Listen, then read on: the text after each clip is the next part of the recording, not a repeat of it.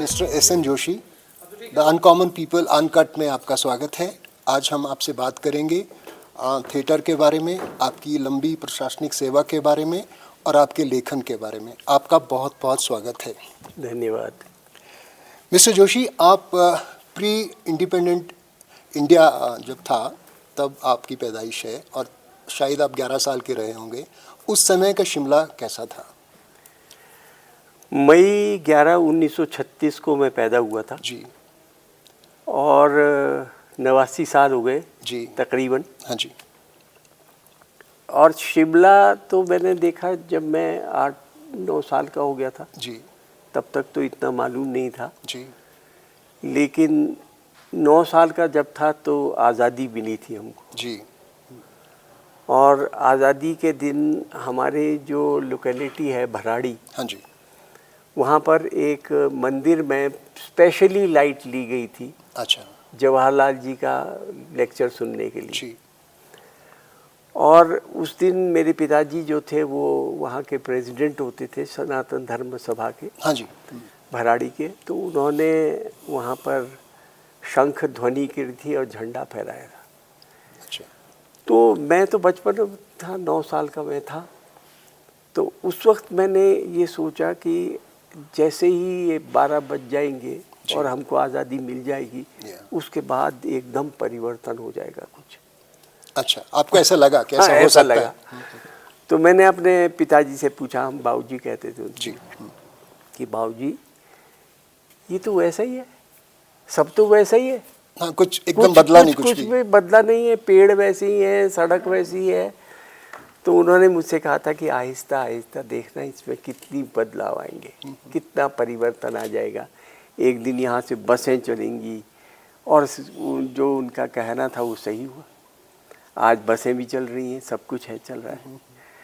लेकिन मैं जो सबसे ज़्यादा मुझे हताश करता है वो करता है कि यहाँ के पेड़ कट गए हैं और कंस्ट्रक्शन ज़्यादा हो गई है, ब्रिक एंड मॉर्टर यहाँ पर खड़ा हो गया है। तो मुझे ये लगता है कि जो टेम्परेचर होता था मई में, भरी मई में, गर्मी में 21 डिग्री और 11 डिग्री सेंटीग्रेड के बीच में रहता था। हाँ। इससे ज़्यादा कभी होता ही नहीं था। आज देखो टेम्परेचर कहीं से कहीं पहुंच जाता है, पानी की दिक्कत हो जाती है, पानी मिलता नहीं है, बिजली कभी मिलती है, कभी आती है, कभी जाती है। इस तरह से बिजली भी आती जाती रहती है। तो कठिनाई तो बहुत ज़्यादा हो गई है। जब हमने माल रोड आना होता था तब हम माल रोड एक बड़ी चीज़ होता था हमारे लिए कि माल रोड जाना है। और बड़े प्रेस करते थे, जूते चमकाते थे और जूते चमके हुए जूते पहन के और वो कपड़े पहन करके हम निकलते थे माल रोड पर। आज देखो कैजुअल, जैसे मर्जी चले जाओ आप, ठीक है। तो ये बहुत सारा फ़र्क इस प्रकार से हुआ है शिमला में। जो अंग्रेज़ जब यहाँ से गए तो वो उनका जो एक तरह से जब वो यहाँ से गए तो वो स्लो प्रोसेस था, तो उसकी कुछ यादें हैं आपको? हाँ, बहुत आहिस्ता आहिस्ता यहाँ से हटना शुरू किया। और हमारे तो मिसिज़ मॉन्टेग्यू थी। अच्छा। वो सबसे आखिरी ब्रिटिशर्स थी जो वहाँ से निकली थी। अच्छा। उसकी एक कोठी होती थी, उसका नाम तो मुझे याद नहीं रहा। जी।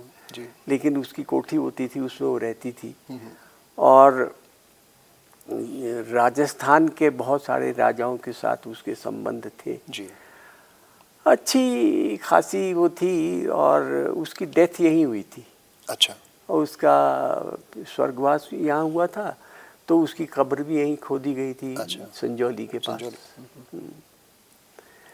तो ये मैंने देखा था कि अंग्रेज़ों के जाने का यहाँ से आहिस्ता आहिस्ता एक तरह से वो निकल गए, लेकिन जो जो उसने मार्क टुल्ली ने कहा था वो BBC, अभी तक सही है जी। कि ब्रिटिश राज तो ख़त्म हो गया, लेकिन इंग्लिश राज ख़त्म नहीं हुआ। नहीं हुआ।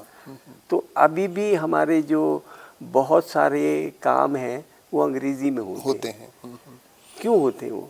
तो नहीं होने नहीं चाहिए। होने चाहिए। कम से कम नोट शीट, चलो मैं मानता हूँ नोट शीट में तो, क्योंकि वो अंदरूनी सेक्रेटेरिएट का ही धंधा है या डायरेक्टरेट का ही धंधा है, लेकिन जो आम आदमी को पत्र जाता है सरकार की तरफ से, वो तो हिंदी में जाना चाहिए। ये तो हिंदी इस तरह से बढ़ोतरी देनी चाहिए।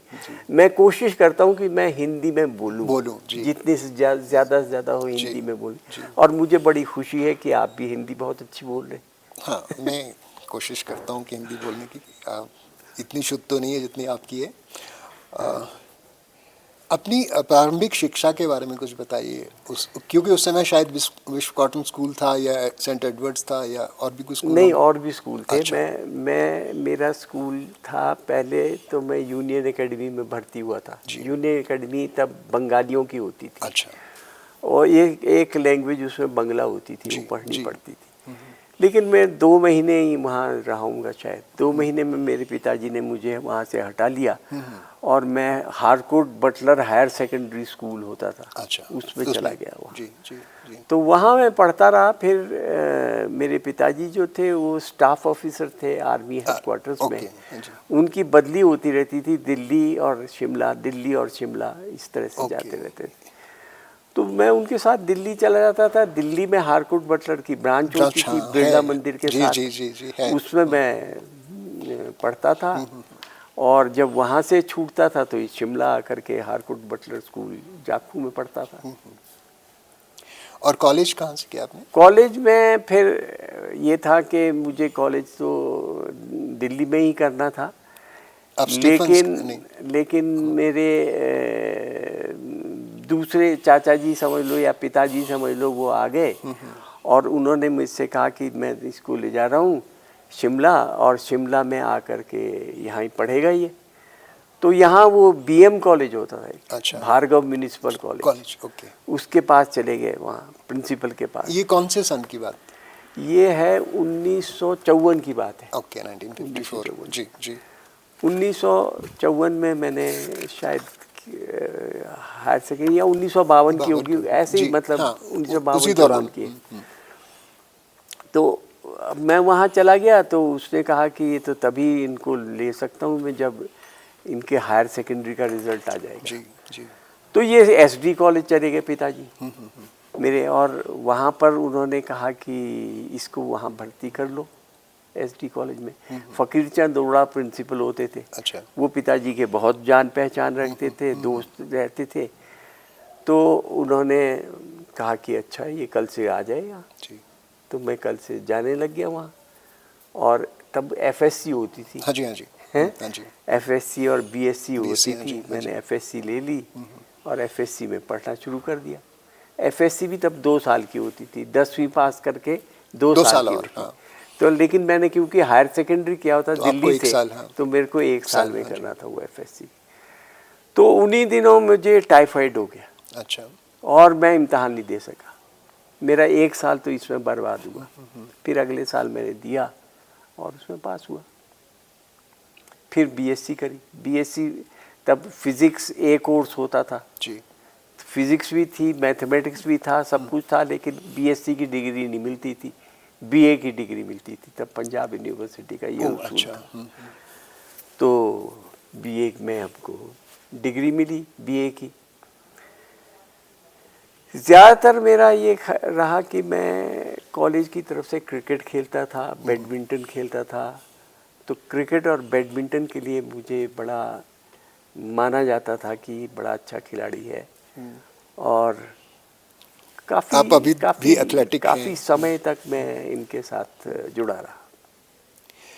जब आप प्रशासनिक सेवा में आए उस समय आईसीएस होता था क्या, इंडियन नहीं सिविल नहीं सर्विसेज? नहीं नहीं, अच्छा मैं तो एचपीएएस में आया था, अच्छा Himachal Pradesh administrative administration, service अच्छा में। जी, वो पहली दफ़ा इम्तहान हुआ था अच्छा आज़ादी के बाद। हाँ जी हाँ जी जो हिमाचल प्रदेश आज़ाद हुआ था जी और अलग से राज्य बना था, तब ये इन्होंने शुरू किया था Himachal Pradesh administrative service. Services. तो उसमें मैं आया था सबसे पहले।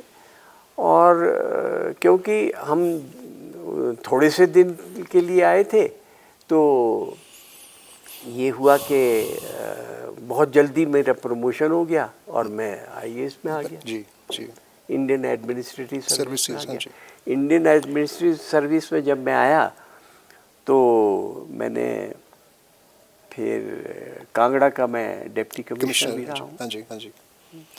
तो ये लेखन और थिएटर का जो शौक है वो कब से शुरू हुआ? थिएटर का शौक तो मैं समझता हूँ ये मेरे जीन्स में था, जी क्योंकि मेरे सब ताऊ जी, पिताजी, चाचा जी, चाची जी, चाचा जी, सब के सब किसी न किसी तरीके से स्टेज में जुड़े रहे। रहे मेरे पिताजी तो मैनेजमेंट करते थे, जी मैनेजर थे। यहाँ मैं आपको ये बताना भूल गया जी कि मेरे दो पिताजी हैं एक तरह से, अच्छा क्योंकि मेरे पिताजी के जब मैं पैदा हुआ था जी तो मेरे ताऊ जी के कोई लड़का नहीं था, अच्छा, बच्चा नहीं तो था। उन्होंने आपको ताऊ जी ने मेरे को गोद ले लिया लिया। था। तो मेरे पिताजी जो मेरे कहने में कई दफ़ा निकल जाता है कि पिताजी आए ऐसे और ताऊ जी आए ऐसे, तो ताऊ जी भी पिताजी के बराबर थे, पिताजी भी पिताजी के बराबर जी थे। जी जी तो पिताजी मेरे को ले आए थे यहाँ, अच्छा शिमला जो मैं आया था और शिमला में मैंने जो काम किया था, पढ़ा लिखा था, जो कुछ भी किया था ताऊ पिताजी की वजह से किया था। ताऊ जी तो तब दिल्ली में ही थे। अच्छा तो फिर उसके बाद ये हुआ कि कहाँ था मैं, क्या कह रहा थिएटर था? पे बात की कि हाँ, बचपन से मेरे थिएटर, जीन्स में थे। हाँ जीन्स में थे। वो इसलिए था कि मेरे ताऊ जी ने 3 आर्ट्स क्लब ज्वाइन कर ली थी। यहाँ 3 आर्ट्स क्लब थी। ओके 3 आर्ट्स क्लब में एरिन विला में उनका हेडक्वार्टर्स होता था, जो कैथू में है। जैसे आप कालीबाड़ी की सीढ़ियाँ नीचे उतरते हैं, हाँ जी हाँ जी नीचे उतरते ही पहली कोठी जो है वो एरिन विला है, जी बाएं हाथ को आती है। तो एरिन विला में इनका नाटक होता था। राजकुमारी लतिका, औरत और पतवार, ये 3 नाटक यहाँ हुए थे जो काज़मी ने डायरेक्ट किए थे। काज़मी यहाँ के डायरेक्टर हुआ करते थे, तो उन्होंने डायरेक्ट किए थे। तो मेरे पिताजी ने इसमें रोल किया था औरत का, जी और चाचा जी ने रोल किया था दीवान चंद का, जो विलेन थे। सिल्की विलेन जो होता है, जी जी वो पहली दफ़ा यहाँ से उसका परिचय किया हाँ गया इंट्रोड्यूस हुआ यहाँ हाँ, से, शिमला ये से। शिमला से ही हुआ था। तो वो बहुत अच्छा था, काफ़ी लोग पसंद करते थे उनको। और वो जब माल रोड से निकलते थे लोग कहते थे दीवान चंद जा रहा है, ये दीवान चंद जा रहा है। तो उस वक्त और तो कुछ होता नहीं था, टेलीविज़न नहीं होता था, फिल्में कम सम ही होती थी। तो यही ड्रामा जो था ये बड़ा शौक रखते थे लोग इसमें। और रात को 2-2 बजे तक भी नाटक होते रहते थे। जैसे मैंने गुल मोहम्मद का देखा था, ये चंद्रगुप्त नाटक था, उसमें गुल मोहम्मद चाणक्य का रोल किया था उसने। अच्छा और चाणक्य का रोल जब किया था उसने अपनी चोटी रख ली थी, बाकी सिर उठा लिया था। अच्छा तो लोगों ने कहा कि ये मुसलमान था वो, तो लोगों ने कहा ये मज़हब के ख़िलाफ़ तुमने काम किया है। उसने कहा कि ड्रामे का कोई मजहब नहीं होता, आर्ट का कोई मजहब नहीं होता, कला का कोई मजहब कोई नहीं होता। मज़हब नहीं होता, ऐसा कहा था उसने। आज हम ब्रिटिश राज के ऐतिहासिक थिएटर में बैठे हैं। ये मेरा सौभाग्य है, मैं आपसे बात कर रहा हूँ। आपने कितने नाटक लिखे और कितने निर्देशित किए इस थिएटर में? इस थिएटर में मेरा द एमेच्योर्स इवनिंग एक मैंने क्लब बनाई थी। जी जी उसमें उस वक्त बहुत सारे लोग जुड़े थे उसके साथ, अब तो ख़त्म हो गई वो।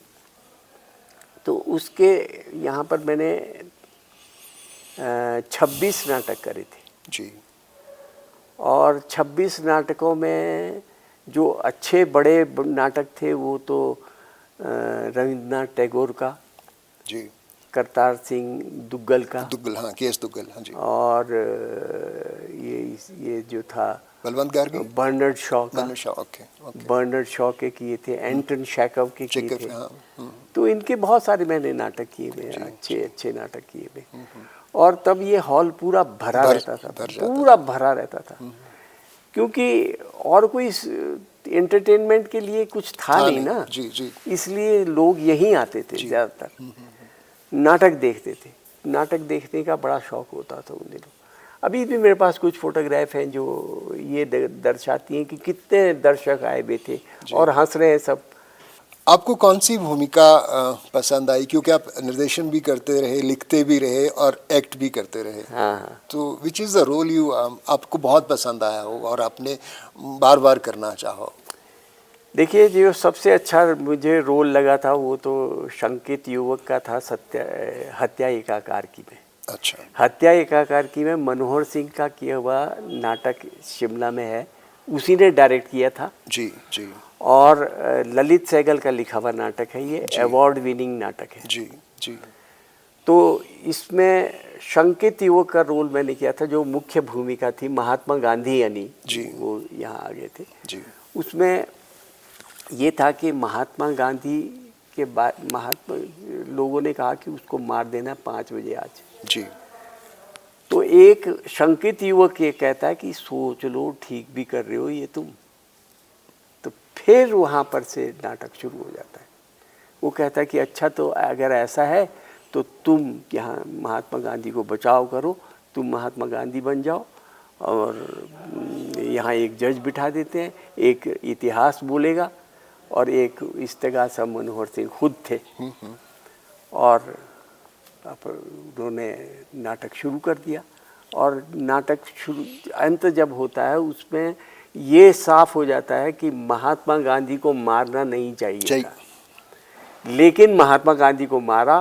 फिर भी उन्होंने कहा कि नहीं, महात्मा गांधी को, जज कह देता है कि महात्मा गांधी को मार दिया जाए, 5 बजे उसको मार दिया जाता है।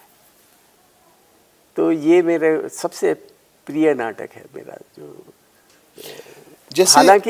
हालांकि मनोहर सिंह ने एक और नाटक हमारा डायरेक्ट किया था, विलियम सारोयान का लिखा हुआ नाटक है, वो है नाटक hello out there. Hello out there, William Saroyan का लिखा हुआ नाटक है।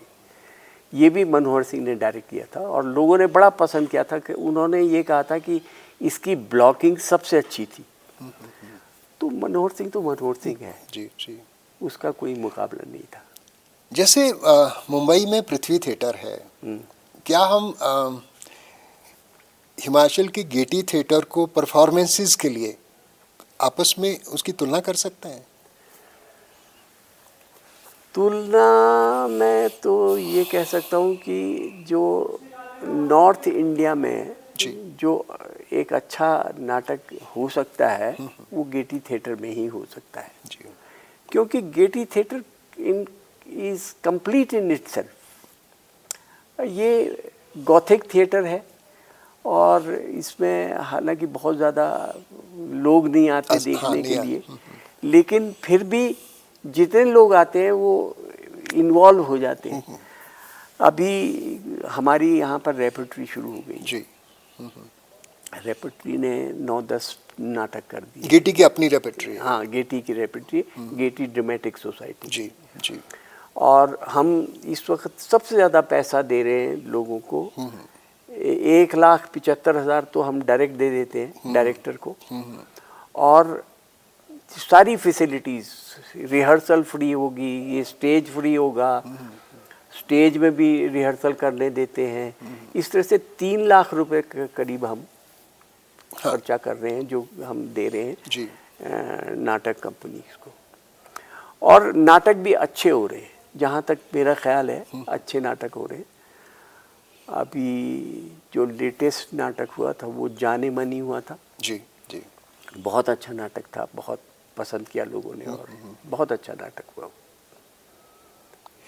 क्योंकि आप गेटी से बहुत सालों से जुड़े हुए हैं, आप मैं पूछना चाह रहा था कि यहाँ पे कभी ओपेरा भी हुआ है?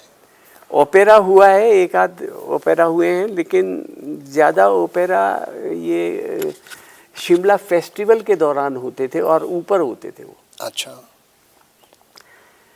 तो वहाँ पर ओपेरा हुए हैं, लेकिन यहाँ पर भी ओपेरा हुए हैं, लेकिन ये क्योंकि स्टेज छोटा है ना, इसलिए वो कहते हैं कि इतने आदमी यहाँ समा नहीं सकते, इस वास्ते कम लोग। नहीं, क्योंकि आप अभी मुझे बता रहे थे ना, यहाँ पे बॉक्सेस थे जो खुल जाते हैं, नीचे से आप रोशनी और हाँ, सब वो कर सकते हो। करते थे हम। अग्नि दिखानी हो हाँ, तो पंखा चलाते थे उल्टा, जी। और उसमें पत्तियां लगा देते थे, और वो आग की शक्ल में ऊपर आता था, लोग ताली बजा देते थे, हम खुश हो जाते थे। और इसी तरह से तारों में हम रुई के बादल बनाते थे और चंद्रमा बना देते थे, एक बड़ा सा बल्ब लेकर के, और चंद्रमा को ढक देता था। जब जैसे ही बादल ढकते थे, लोग ताली बजाते थे, हम खुश हो जाते थे। और इसी तरह से हमने एक दफ़ा एंटेगनी मैंने देखा था दिल्ली में। अच्छा। तो मैंने सोचा था कि इसी तरह से यहाँ भी करेंगे। तो उसी तरह से पर्द खम्भ जो थे, पर्दे के खम्बे बनाए थे हमने बड़े बड़े। वहाँ दिल्ली में तो असली खम्बे बनाए थे। जी। तो हमने पर्दे के खम्बे बनाए थे, पैसा तो होता नहीं था ज़्यादा। तो पर्दे खम्भ हमने बना करके, और उसमें हमने कोरस रखा था, और कोरस अपने बताता रहता था, एंटिगनी ने अब ये किया, एंटिगनी ने ये किया। कौन कौन से ऐसे बड़े थिएटर एक्टर और फिल्म एक्टर हैं जिन्होंने गेटी में परफॉर्म किया है, आपको याद ये तो बहुत सारे हैं कि इसमें तो कोई गणना नहीं की जा सकती है। इसकी तो पृथ्वीराज कपूर से लेकर के, और शशि कपूर ने तो कहा था कि अगर मेरा बस चले तो मैं एक एक ईंट यहाँ की ले जाऊँ और बम्बई में लगा दूँ गेटी थिएटर वहाँ बना दूँ। तो शशि कपूर ने ये कहा था। शशि कपूर क्योंकि उनका तो थिएटर ग्रुप था उनकी वाइफ के साथ, जेनिफर के साथ। तो वो आकर के ठहरते थे यहाँ, जेसी बंडलेयर होता था जी, उसके ऊपर आकर के ठहरते थे जी।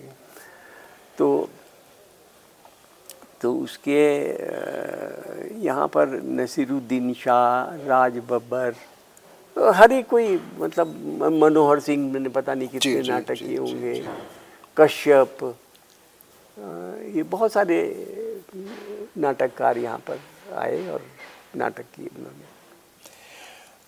आप समाज की समस्याओं को लेकर कुछ लिखते हैं, उसमें थोड़ा सा व्यंग्य रहता है, बहुत महीन रहता है वो, जैसे परसाई का व्यंग्य है।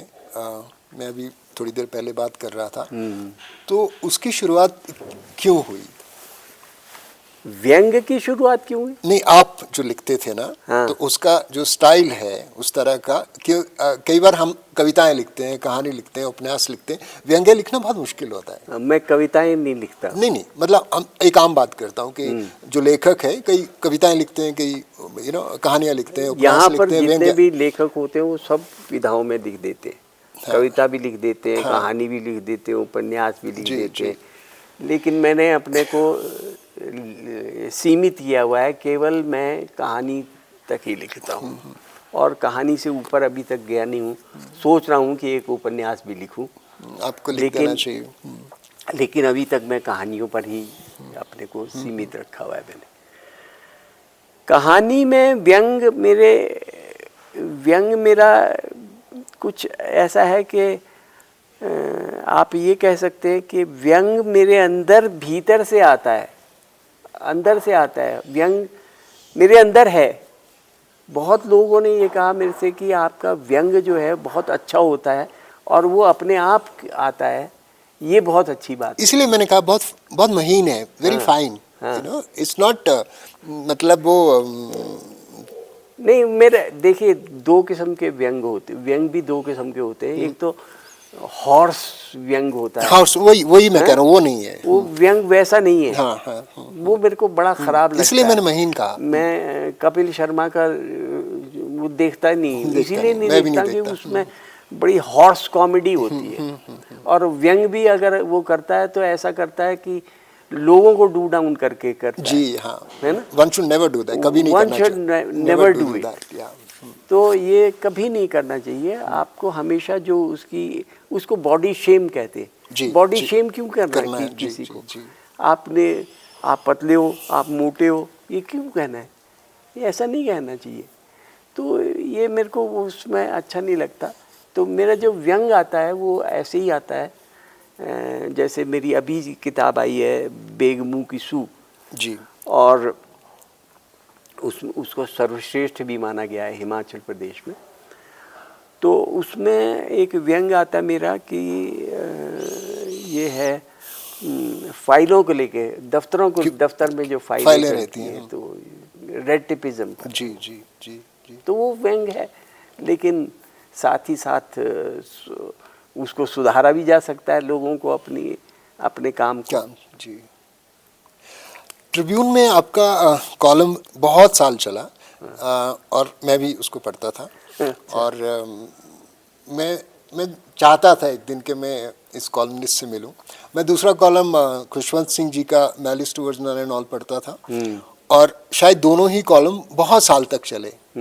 तो और उसमें मतलब एक तरह का इतनी ज़्यादा इन्फॉर्मेशन रहती थी जिन जिन विषयों पे आप लिखते थे, जिन जगहों पे आप लिखते थे, कि हमें लगता था कि हम विजुअली ट्रांसपोर्ट हो गए हैं वहाँ पे।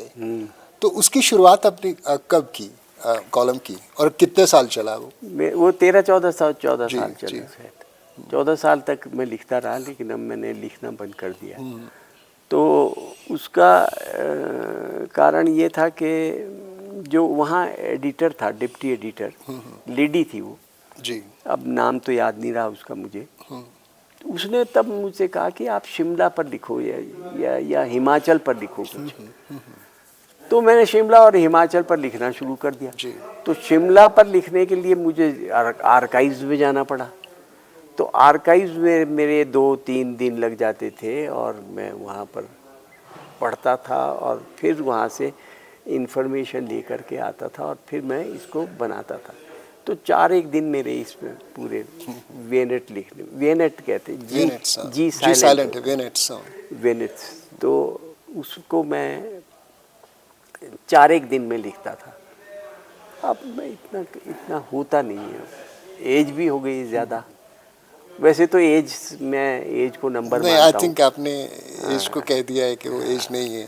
तो एज को मैं मानता नहीं हूँ कोई खास बात मुझसे। अभी और कोई नया नाटक लिख रहे हैं आप? अभी नाटक तो नहीं लिख रहा हूँ, लेकिन अभी मेरा 20 तारीख को देवदत्त पटनायक के साथ इंटरव्यू है यहाँ, in conversation with Devdutt Pattanaik. Devdutt Pattanaik वो है जिसने माइथोलॉजी पर लिखी, तो 50 के करीब उसने किताबें लिखी हैं। तो क्योंकि बच्चों के साथ उसका वो है, तो जो उसने महाभारत फॉर किड्स लिखी है या रामायण फॉर किड्स लिखी है, वो पढ़ रहा हूँ आजकल। तो अभी तो मैं देवदत्त पटनायक के उस पर लिख रहा हूँ, लेकिन मेरी कहानियों की किताबें 2 और आ रही हैं इकट्ठी। अच्छा। वो एक तो मैंने उसमें लिखा है, जो बचपन में मेरे बाबूजी, मेरे पिताजी जो कहानियाँ सुनाया करते थे, वो बच्चों के लिए लिख रहा हूँ मैं। अच्छा।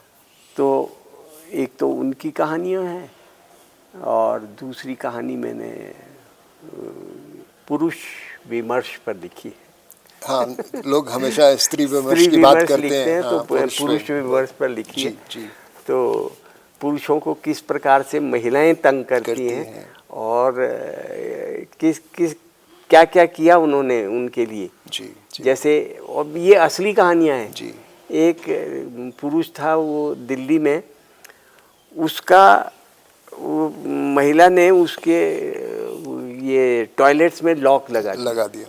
उसने कहा कि तू यहाँ गंदा करता है और ये साफ मेरे को ही करना पड़ता है, तो तू यहाँ से नहीं, वहाँ बाहर किया कर। उसने एक जगह बना ली, जगह ढूंढ ली, वहाँ वो पेशाब करने को चला जाता था। तो उस महिला को पता लग गया कि ये वहाँ जाता है। उसने वहाँ पर सीसीटीवी कैमरा रखा, तो बेचारा वहाँ भी नहीं जा सकता था। तो वो बाहर जाता था बड़ी दूर, और उसको प्रोस्टेट की तकलीफ थी बेचारे को, और वो चला रहता था वहाँ। तो ये इस किस्म के तंग करती हैं महिलाएं भी। जी जी जी ऐसा नहीं है कि तो महिलाएं तंग नहीं हाँ, करती हाँ। हैं। ये बहुत अच्छी बात है कि आप पुरुष विमर्श पे लिख रहे हैं, और मुझे लगता है इसकी बहुत सराहना भी होगी, क्योंकि एक बहुत बड़ा तबका है जो इसके दे गो थ्रू दिस, हाँ। They have to. कई कई हैं किससे मेरे इसमें पुरुष विमर्श पर। जी जी मिस्टर जोशी, हिमाचल में बहुत सारी बोलियां बोली जाती हैं, और बहुत सारे लोग उन बोलियों में लिखना भी चाहते हैं, लेकिन जैसे जम्मू में डोगरी को मान्यता है ना, और बहुत सारी जो बोलियां हैं उनको मान्यता मिल चुकी है, लेकिन हिमाचल में किसी भी बोली को मान्यता नहीं है। और हम ये भी नहीं कह सकते कि पहाड़ी जो है उसको मान्यता मिल जाए तो हम खुश हो जाएंगे, क्योंकि पहाड़ी में भी बहुत सारी बोलियां हैं। अगर हम जनसंख्या के आधार पे देखें तो कांगड़ी सबसे ज़्यादा बोली जाती है। तो अगर मान्यता मिलेगी भी तो कौन सी बोली को मिलेगी? कांगड़ी को मिलनी चाहिए। अगर मान्यता मिलती है तो मान्यता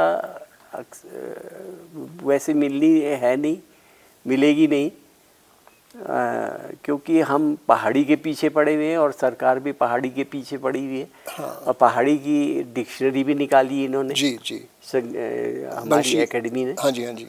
और तो इस शायद वास्ते शर्मा जी ने और मौलूराम ठाकुर जी ने मिलकर निकाली थी, बीसी शर्मा। हाँ, अभी आजकल भी निकाल रहे हैं ये जी श्यामा है ना जी जी एकेडमी जी में। हाँ हाँ हाँ। वो निकाल रही हाँ, हैं। उन्हीं की डॉटर है शायद वो। हाँ, मौलूराम शर्मा जी, की मौलूराम जी की ठाकुर डॉटर या है, उनकी डॉटर। उनकी डॉटर है। तो मेरा ख्याल ये है कि क्योंकि हम पहाड़ी के पीछे पड़े हुए हैं इसलिए हमको मान्यता नहीं मिलेगी। अगर हम कांगड़ी के पीछे जाएं जी और कहें कि कांगड़ी हमारी भाषा होगी, लेकिन इसके लिए महासू वाले मानने पड़ेंगे, हाँ जी जी बिलासपुर वाले मानने जी पड़ेंगे, जी और लाहौल स्पीति वाले और किन्नौर वाले मानने पड़ेंगे कि जी। हाँ कि ये मान्यता, हम इसको मान्यता दो। तो वो होगा नहीं, मेरा ख्याल ऐसा लगता है मुझे कि ये संभव नहीं होगा। नहीं होगा। तो और लेकिन जैसे साहित्य अकादमी अवार्ड्स होते हैं, उसमें हमारी बोलियों की कोई पुस्तक जा नहीं सकती, क्योंकि वो उनको उसको मान्यता नहीं है। बाकी जगह की जो भाषाएं हैं वो भाषाएं बन चुकी हैं, हमारी बोलियां ये, ठीक है ना। तो बहुत सारे लोग बहुत अच्छा लिखते हैं, जैसे कांगड़ी में बहुत अच्छा लिखते हैं लोग, कुल्लवी में कुछ लोग अच्छा लिख रहे हैं, बेबस जी थे वो बहुत अच्छा लिखते थे। तो क्या करना चाहिए इसके लिए कि वो किताबें देखिए, किताबें जहाँ तक पहाड़ी की किताबें हैं, जी चाहे वो महासवी में लिखी हुई है, चाहे वो कांगड़ी में लिखी हुई है, चाहे हमीरपुरी में लिखी हुई है, जी जी उन कहानी की किताबों को हम अलग से ख़रीदते हैं, जी ज़्यादा जी, ख़रीदते जी, हैं, एकेडमी हमारी जी, ख़रीदती है। तो उन पुस्तकों पर हम ये प्राथमिकता के आधार पर उन किताबों को ख़रीदते हैं। जी तो यही एक, अभी तक तो हम यही कर रहे हैं।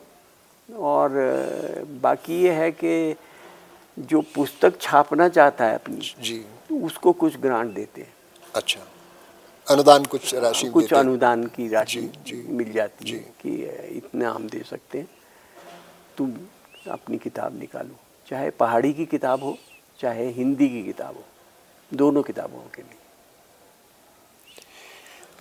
आपकी दिनचर्या कैसे रहती है?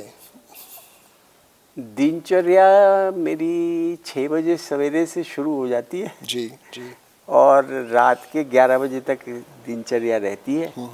ज़्यादातर मैं इधर उधर नहीं रहता हूँ, नाटकों के चक्कर में रहता हूँ, नाटक पढ़ता हूँ बहुत सारे, मैंने पता नहीं कितने 50 60 70 नाटक पढ़ लिए इन्हीं दिनों में।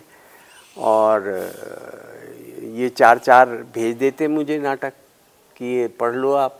जो मैं पढ़ता हूँ वो दूसरे मेरे साथी कमल साहब हैं जो यूनिवर्सिटी के प्रोफेसर थे, वो इसको डिटो कर देते हैं, सेकंड कर देते हैं। बस यही दिनचर्या मेरी। और दिनचर्या मेरे की पढ़ना मेरा बहुत काम है।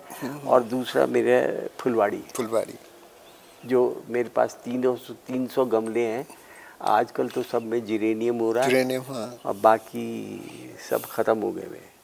वो ख़त्म इसलिए हो गए कि हम दिल्ली चले जाते हैं, तो दिल्ली जब जाते हैं तब उनको देखभाल नहीं होती, वो मर जाते हैं। फिर से उगाने का सिलसिला शुरू हो जाता है। तो हमारी मैडम ने कहा कि अब मैं यहाँ पर पालक उगाऊंगी और मेथी उगाऊंगी और वो ये धनिया उगाऊंगी, आप ये हाथ मत लगाना इन क्यारियों में। तो अब मैं नहीं लगाता हूँ हाथ।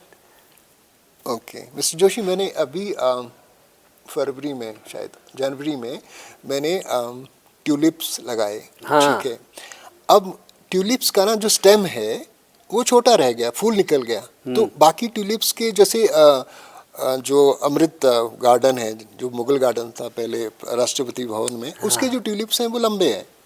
यहाँ पे ट्यूलिप्स छोटा रह गया, उसका फूल खिल गया। तो क्योंकि आप इतने सारे फूल उगा रहे हैं, तो क्या वजह रही होगी? ऐसा कईयों में मिलेगा। अगर आप यहाँ जाए मशोबरा में, जी। मशोबरा में ट्यूलिप्स बहुत होते हैं। अच्छा। तो वहाँ पर जो इंडिविजुअल्स हैं वो भी ट्यूलिप्स उगाते हैं। जी। और जो ये हैं मशोबरा में गार्डन है हमारा, जी। उसमें भी ट्यूलिप्स उगाए हुए हैं। वहाँ पर ट्यूलिप्स छोटे हैं। जी। पता नहीं, या तो ठंड की वजह से। हाँ, बहुत छोटे हैं वो। हाँ, उसमें फूल लग जाता है और लेकिन। फूल आ जाता है। जी जी जी। फूल भी आजकल ही आया हुआ है, आजकल आया ना। हाँ हाँ, बस और खत्म हो बस गया वो अभी। खत्म हो रहा है। जी जी जी। तो अब वो यहाँ पर ठंड की वजह से या तो छोटे हो जाते हैं, उतने बड़े नहीं होते जितने बड़े देशों में मैंने देखे हाँ जी जी। ट्यूलिप्स। ट्यूलिप, हाँ जी हाँ जी। तो मेरा ये ख्याल है कि ठंड की वजह से ऐसा होता होगा कि आपने कि चिलिंग कम किस हुई। जगह लगाया हुआ है? सूरज की तरफ लगाया हुआ है? नहीं, सूरज से हटा के थोड़ा सा धूप दिखाता हूँ उनको मैं, फिर ज़्यादा, क्योंकि बहुत स्ट्रांग सन है। हाँ। तो वो जल भी सकते हैं बहुत स्ट्रांग, जो कि चिलिंग, और वो रात को तो चिलिंग हो गई, हाँ। सुबह तो फिर वो बर्न हो जाएंगे। तो शायद। तो मेरा ख्याल ये है कि यहाँ पर भी जो ट्यूलिप्स हैं ना, वो छोटे ही हैं। अच्छा। छोटे में फूल आ गए हुए फूल आ गए, हाँ हाँ हाँ। और अच्छे फूल लगते हैं वो। मैं देखने गया था अभी मशोबरा, तो काफ़ी अच्छे हैं वो। एक मिस्टर मल्होत्रा होती थी, सुधा मल्होत्रा जी। उनका ये गार्डन है। उनकी तो डेथ हो गई। तो अयंगर है एक, वो देखते हैं उनका गार्डन, उसमें ट्यूलिप्स उगाए हुए। तो वो भी ऐसे ही हैं, छोटे ट्यूलिप्स हैं और उसी पर फूल आए हुए। आप फिल्में देखते हैं? कम शब्द, बहुत कम, कम। बहुत कम। जब आप कुछ नहीं करते तब क्या करते हैं? कुछ नहीं करते तब क्या करते? कुछ नहीं करते तब कुछ नहीं करते। You think, or you plan, or you. नहीं। When you sit alone, what do you think? When I sit alone, I think of my future, my past, I remember my grandparents. I remember my son who is in USA, Yes, okay. and his son. That is how I pass my time. कोई ऐसा role है जो आप करना चाहते थे और आप नहीं कर पाए? बहुत सारे ऐसे रोल हैं। एक तो हेमलेट में करना चाहता था, बार बार करना चाहता था हेमलेट, लेकिन हेमलेट में कभी नहीं कर सका। और चाहता ये था कि वो हाफ विलेन हाफ हीरो है वो, तो वैसा हीरो बनना चाहता था मैं। वो मैं नहीं कर सका। लेकिन मुझे इस बात की फ़ख्र है कि मैं मैन ऑफ डेस्टिनी में मैंने नेपोलियन का रोल किया था। हालांकि नेपोलियन बड़ा लंबा, मेरे बराबर लंबा तो था नहीं, हाँ, वो शॉर्ट। तो इसलिए मैंने अपने को उसका नाम ही चेंज कर दिया था, the journal and the lady के नाम से वो नाटक किया था, मैन ऑफ डेस्टिनी। तो यही एक मेरी खासियत है कि मैंने वो मैन ऑफ डेस्टिनी रोल किया, जिसमें नेपोलियन का रोल किया, और लोगों ने पसंद किया था, बहुत बहुत पसंद किया था। बाल मैंने वैसे ही रखे थे। जी जी जी। इसी तरह से आगे को कर लिए थे। आपको लगता है कि एक सिविल सर्वेंट के नाते आप, एक सिविल सर्वेंट में बहुत ज़्यादा पावर्स होती हैं, कमिश्नर में या वो सेक्रेटरी है तो बहुत ज़्यादा पावर्स होती हैं उनमें, कुछ ऐसा था जो आप कर सकते थे और आपने नहीं किया? बहुत कुछ है ऐसा। तो हमारी ये है कि जैसे कांगड़ा में मैं डिप्टी कमिश्नर था, अगर मैं कुछ दिन और रह जाता तो जाने क्या क्या करता। बहुत सारे मैंने सोचे हुए थे, आइडियाज़ थे मेरे कि मैं यहाँ पर टूरिस्ट स्पॉट्स बनाऊंगा, लेकिन वो टूरिस्ट स्पॉट्स नहीं बन सके। वो इसलिए कि मैं 404 दिन रहा था वहाँ। अच्छा, 404 दिन केवल के 404 बाद, दिन। 404 दिन के बाद मेरी बदली करवा दी थी वो बहुत सारे लोगों ने मिल करके। तो लोग उनके पास गए थे, उन्होंने कहा कि why do you want to change him, he is a competent man. तो उन्होंने कहा he may be a competent man but he is not a convenient man.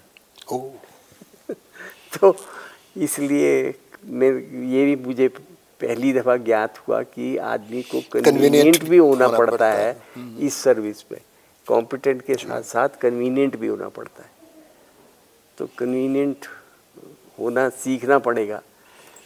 आपने कुछ ऐसे डिसीजंस लिए हों लाइफ में जिनको लेकर आप बहुत खुश हों कि मैंने ये किया और ये बहुत अच्छा हुआ? हाँ, मैं एक जोगिंदर नगर में मैं एसडीएम था। जी जी।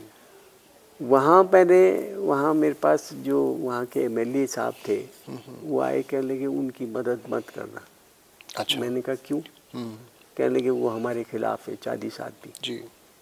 मैंने कहा कि मैं तो करूँगा मदद उनकी, देखता हूँ, मतलब अगर वो मेरिट में आते हैं तो मैं ज़रूर मदद करूँगा उनकी।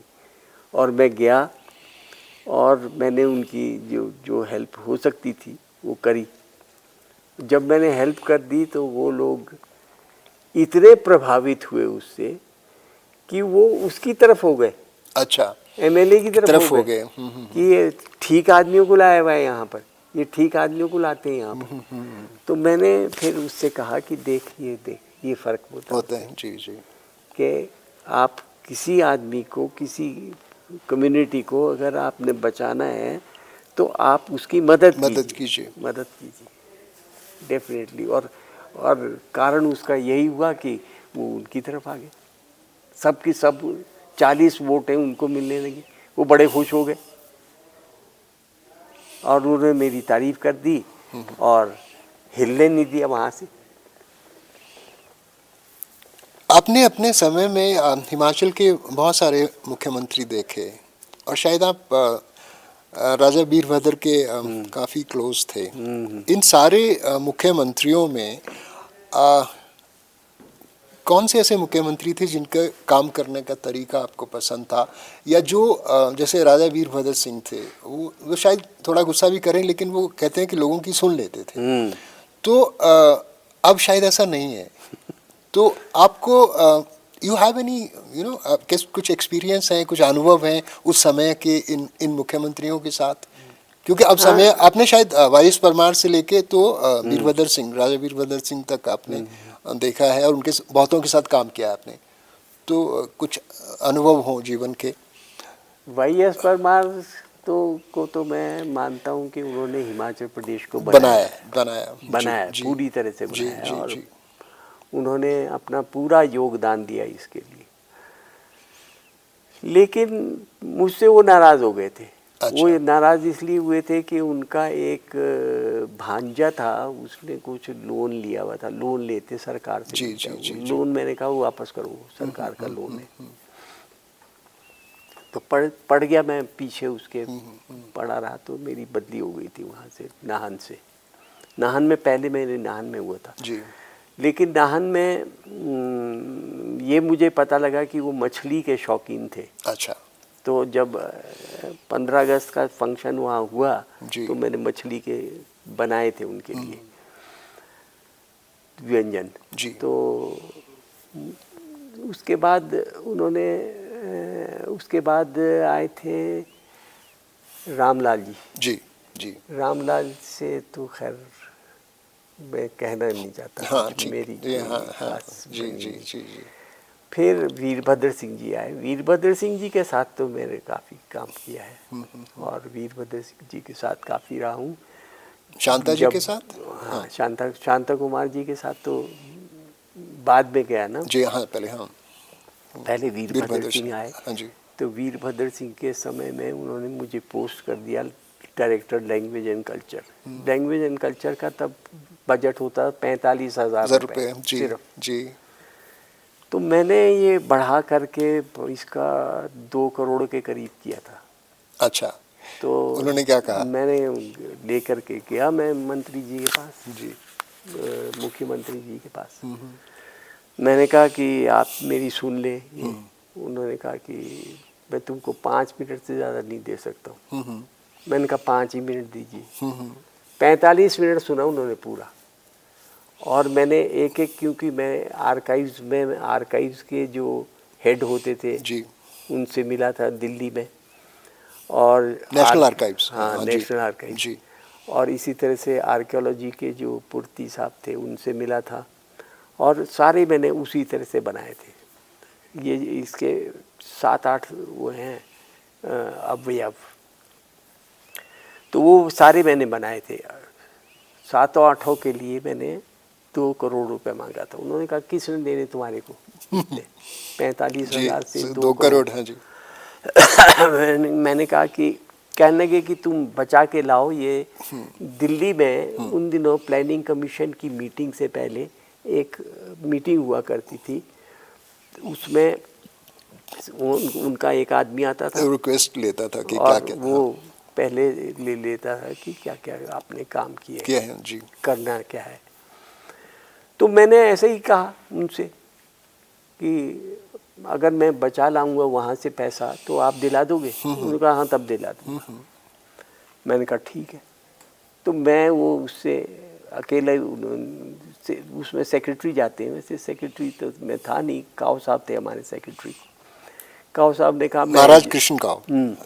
ठीक है, मैं एजुकेशन में जा रहा हूँ, तुम आर्ट एंड कल्चर के तुम रिप्रेजेंटेटिव हो यहाँ। तो मैं वहाँ गया, मैंने कहा कि समझाया उनको। उन्होंने कहा बिल्कुल ठीक है। उन्होंने 2 करोड़ मेरे सैंक्शन कर दी। 2 करोड़ का फिर मैं DK शर्मा होते थे यहाँ प्लानिंग के। जी जी। तो आज उनकी पीठ सुन रही है DK शर्मा की। DK शर्मा ने मेरी बहुत मदद करी और उन्होंने 1.5 करोड़ रुपया किया था। 45,000 का 1.5 करोड़ पहली दफ़ा हुआ था वो। फिर तो बढ़ता चला गया। हाँ, अब तो बहुत है। And how do you look back about your life, about your entire journey, as a writer, as a civil servant, as a human being, as a father, as a grandfather, as a person? बहुत खुशी है हर तरफ से मुझे। ऐसा कोई किसी की आलोचना करने का मुझे समय ही नहीं मिला है। तो जो मेरे बेटे हैं, बेटी है, वो मेरी अभी उतनी इज्जत करते हैं, चाहते हैं कि वो इसमें आएँ और हमारे पास आएँ, हमारे पास रहें। बार बार मेरा बेटा मेरे से कहता रहता है कि आप आओ, ये अमेरिका आओ, अमेरिका में रहो, यहाँ रहना चाहो तो यहाँ रहो, परमानेंटली रहो। लेकिन मैं रहना नहीं चाहता हूँ। मैं अपना स्वतंत्र रूप से यहाँ पर खुश हूँ। और ऐसे ही बेटी है, उसके पास भी जाता रहता हूँ मैं। विंटर्स में 1-8 महीना विचार बिताया तो वहाँ अच्छा है। मैं तो सब तरीके से मैं खुश हूँ।